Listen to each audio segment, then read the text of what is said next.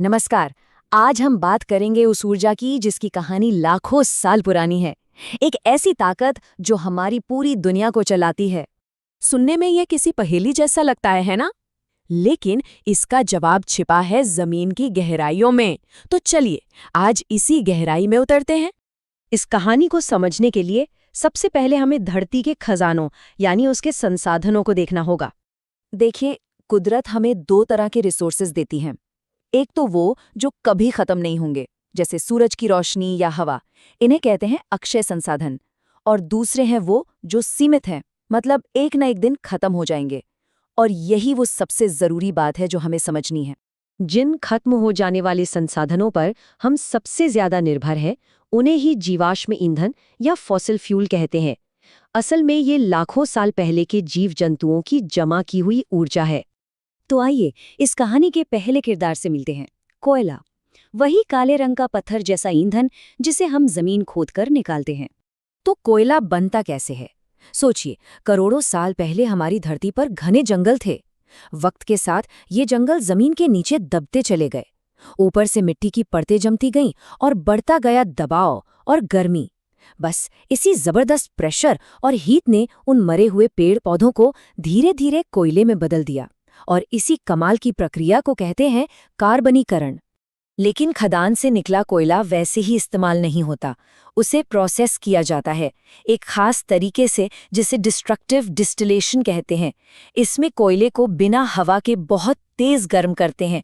इससे वो जलता नहीं बल्कि अपने अलग अलग हिस्सों में टूट जाता है। और यहीं से जादू शुरू होता है। इस एक चीज से हमें कई काम की चीजें मिलती हैं, जैसे स्टील बनाने के लिए कोक, सड़कें और पेंट बनाने के लिए कोलतार, और फैक्ट्रियों में ईंधन के तौर पर काम आने वाली कोल गैस, यहाँ तक कि खेती के लिए फर्टिलाइजर भी। अब चलते हैं कहानी के दूसरे हिस्से की तरफ, यानी पेट्रोलियम पर, जिसे कच्चा तेल भी कहते हैं।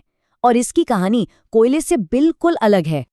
ये जंगलों से नहीं बल्कि करोड़ों साल पुराने समंदर से आता है।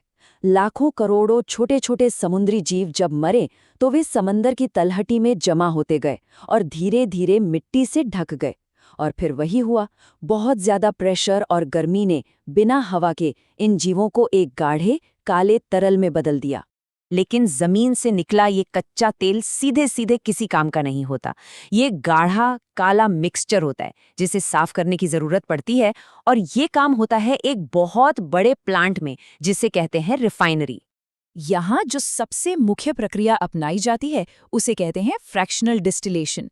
ये कच्चे तेल में मौजूद अलग अलग चीज़ों को उनके बॉइलिंग पॉइंट के हिसाब से छांटने का एक बहुत ही स्मार्ट तरीका है। इस पूरे प्रोसेस को समझने के लिए एक बड़ी सी बिल्डिंग की तरह सोचिए। सबसे पहले कच्चे तेल को एक भट्टी में इतना गर्म करते हैं कि वो भाप बन जाए। फिर ये गर्म भाप एक ऊंचे टावर में जाती है। अब जैसे जैसे भाप ऊपर उठती है वो ठंडी होती जाती है। और यहीं पर खेल होता है।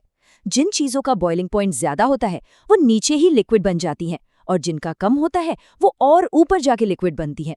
बस ऐसे ही सब कुछ अपनी अपनी मंजिल पर अलग हो जाता है। तो आखिर ये सब इतनी मेहनत क्यों? क्योंकि हमारी आज की दुनिया की बुनियाद इसी प्रक्रिया पर टिकी है। आप देखिए, इंडस्ट्रीज, ट्रांसपोर्ट, हमारे घर, खेत, हर जगह यही ऊर्जा काम आ रही है। हमारी अर्थव्यवस्था का लगभग हर सेक्टर इन्हीं फॉसिल फ्यूल्स पर निर्भर है। और ये हमारी रोजमर्रा की जिंदगी का हिस्सा कैसे बनती है? जरा सोचिए, गाड़ी में डलने वाला पेट्रोल, घर में खाना पकाने वाली एलपीजी गैस, भारी ट्रकों का डीजल, हवाई जहाज का ईंधन, मशीनों का लुब्रिकेटिंग ऑयल, यहाँ तक कि मोमबत्तियाँ और सड़कें बनाने वाला बिटुमिन भी, ये सब कुछ उसी एक काले गाढ़े तेल से निकलता है। लेकिन इस कहानी का एक और पहलू है, और ये शायद सबसे ज़रूरी है। ये प्राचीन खजाना हमेशा के लिए नहीं है। वक्त तेज़ी से निकल रहा है। अंदाज़ा ये है कि जिस रफ्तार से हम कोयला इस्तेमाल कर रहे हैं वो शायद अगले 100 साल और चले। और पेट्रोलियम, उसका अंदाज़ा तो और भी चौंकाने वाला है। शायद सिर्फ 40 साल। लेकिन बात सिर्फ खत्म होने की नहीं है। इन ईंधनों को जलाने से हवा में जो प्रदूषण होता है और जो ग्लोबल वार्मिंग बढ़ रही है, वो एक अलग और बहुत बड़ी चुनौती है जिससे हम आज जूझ रहे हैं। तो ये सारी बातें हमें एक बहुत ही बुनियादी सवाल पर लाकर खड़ा कर देती हैं। हमारी दुनिया को बनाने वाली ऊर्जा तो प्राचीन थी, लेकिन हमारा आने वाला कल, हमारा भविष्य किस ऊर्जा पर बनेगा?